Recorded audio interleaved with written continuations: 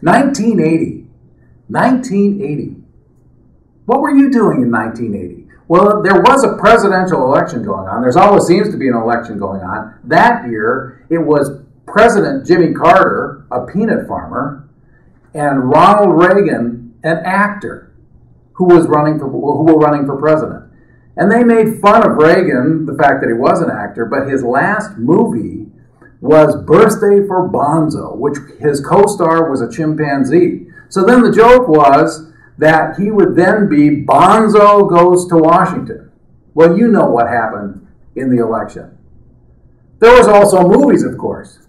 Dun, dun, dun, dun, dun, dun. Not Star Wars 1, Star Wars, The Empire Strikes Back. Use the Force, Luke. And everybody was looking for it and wondering for it and wondering what would happen. Very important stuff. There was also the introduction of a new arcade game. We hardly even knew what arcade games were. It was Pac-Man.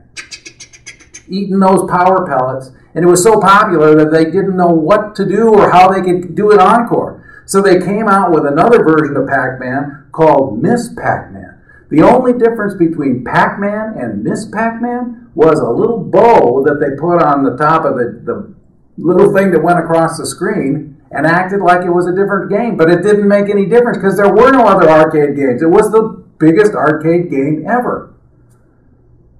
But 1980, September 30th actually, of 1980, there was a big thing that happened to me. And that big thing was that I, for the first time, became a father of a daughter. Now, I already had a son. And so I had one child at the time, and I was looking very forward to having this second child. But quite frankly, I was a little bit nervous because I didn't know if it was going to be a boy or a girl. And in my heart of hearts, I was going, I really want this to be a very healthy child. Who doesn't want that? But I was thinking, I know how to be a boy, how to be a man. And I've got a son. And my family was made up of 3 sons. And my dad's family was made up of 3 sons. And so I was thinking, how is this going to play out for me if I end up having a daughter? So there I am in the delivery room and nervous and a little bit scared, no surprise. My wife had a lot more stuff going on than I did. But anyway, what happened is the baby was coming out of the birth canal, and I looked down and I shouted, "It's a boy!" And the nurse looked funny and looked at me, and she said, "It's a girl." And looked at me like, "You're looking right here. It just doesn't have enough parts," is what she said. And I'm like, "It is a girl." And then I was embarrassed because obviously I should have been able to understand that it was a girl. I was actually had all the information I needed in front of me, let's put it that way. But there I was, the father of a girl. Now what? Oh, by the way, she was healthy, and I was happy for that, and I was happy that I had a new child, and the happiness came in. But then the reality started to come in, and that was, well, it's a girl. What do I do? Do I have to do something different? Do I just be a dad? So, the old nursery rhyme, girls are sugar and spice and everything nice. That's what little girls are made of. And snaps and snails and puppy dog tails. That's what little boys are made of. Maybe more truth in that nursery rhyme than we'd like to let on, but that didn't give me much information. And my dad said, you'll be a good dad. Don't worry about it. You're gonna do just fine. Just kind of let nature take its course. So I thought, okay, let nature take its course. What else was I going to do? And so then I started thinking about, okay, well, what about this thing about boys and girls? And we've had about, pick a number, 5,000 years of history that's trying to say there's a difference between boys and a difference between girls. And so I took a stab at it and tried to think about what it might be to be boys and girls. So I thought about the 50s when I was young, and roles were very, very defined. One of the popular Christmas gifts was a doctor's kit, and that was black. But then there was a nurse's kit, and that was white. So it was your job as a parent to figure out if you got a boy, you get the black one. If you have a girl, get the white one. And of course, when we went on airplanes, we had pilots, they were men, and we had stewardesses, they were women. If you look at the office, it was business men, and the people who helped them and worked for them were secretaries. None of this executive assistant or anything like that. And so it goes. All of society was teachers in grade school are women. Professors in college are men. And so on, and so on, and so on. And everybody kind of knew what they were supposed to do. Here's how it goes. Get married, get a job, get married, have a family, and you're the man. You take care of it. Mom takes care of the kids. Pretty simple stuff.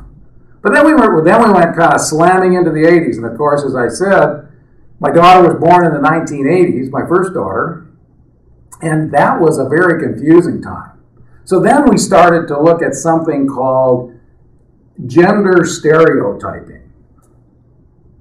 Well, what did that mean? That meant that maybe it was better if you had a girl that she was a doctor, and if you had a boy, it was better that he was a nurse. And we couldn't have stewardess anymore. We had to have flight attendants because maybe that's a man and maybe it's a woman. But for sure, you didn't want to have anything get in the way because it just wasn't done. It was better. It all kind of scrambled up. And maybe there was good with that, maybe not. But I think we kind of overshot the mark is what I was saying. So now, when we are in the 2000s, there's a change going on again.